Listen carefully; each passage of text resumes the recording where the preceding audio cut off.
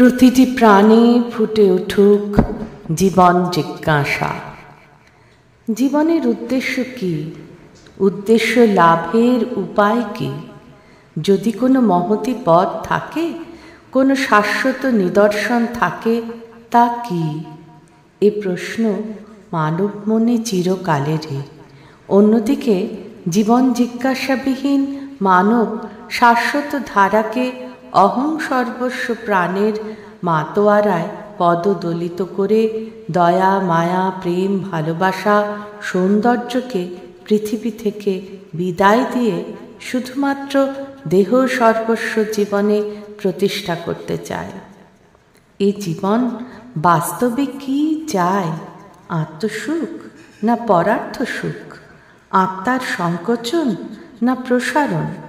আত্মিক মিলন না দৈহিক মিলন? মন বাস্তবে কি চায় তা জানতেই হবে। এখানে দ্বৈত চিন্তা ভাবনার কোনো স্থান নেই।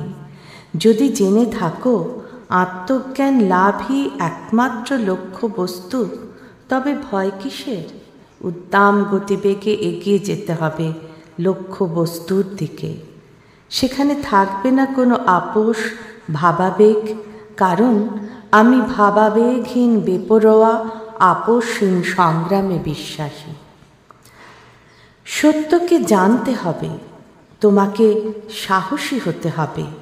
মনে রাখতে হবে বুদ্বুদের ক্ষণিক খেলামাত্র জীবন নয়, জীবনের তাৎপর্য, জীবনের সার্থকতা আরও গভীরে। এই গভীরতর প্রদেশে প্রবেশ করেই জীবনকে খুঁজে পাওয়া যায়, জীবনকে আবিষ্কার করা যায়। আর এই আবিষ্কারই হল ধর্ম। জীবন সমুদ্রে শুধু ভাসলেই চলবে না, অন্তর্দ্বীপ নিয়ে সমুদ্রের মণি আহরণ করতে হবে। এই মণিময় দুটি আহরণই আমাদের পরম লক্ষ্য, পরম আদর্শ।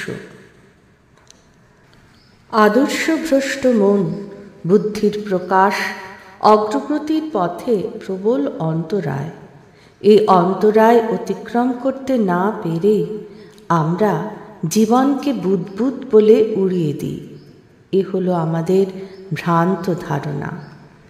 জীবনের মাপকাঠি মহাজীবনে উত্তরণ, মহাজীবনের রূপায়ণ, মহাবিশ্বের জাগরণ।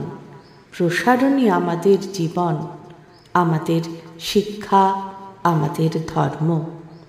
এক কথায় আমাদের জীবনের লক্ষ্য পূর্ণতা, আমাদের জীবনের সফলতা। এটি জীবনকে বোঝার, মানুষের মূল্যায়নের মাপকাঠি।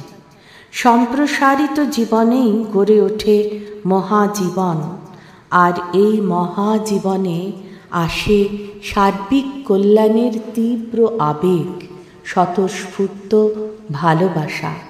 তাই প্রথম চাই আপন সত্তার বিকাশ, আমার আমির ব্যাপক আবিষ্কার। এ জগৎকে ভ্রাতৃত্ব বোধের পথ দেখাতে পারে এক নতুন জীবন। বিজ্ঞান, দর্শন সবই আজ একত্বের স্বাদ অনুভব করতে চায়। ভারাক্রান্ত এই সমাজে আমরাও চাই সে একত্বের অনুভূতি দিয়ে জীবনে বিস্তৃতি, জীবনের পরিপূর্ণতা। পরমারাধ্য প্রভুজিকে আমার অনন্ত প্রণাম।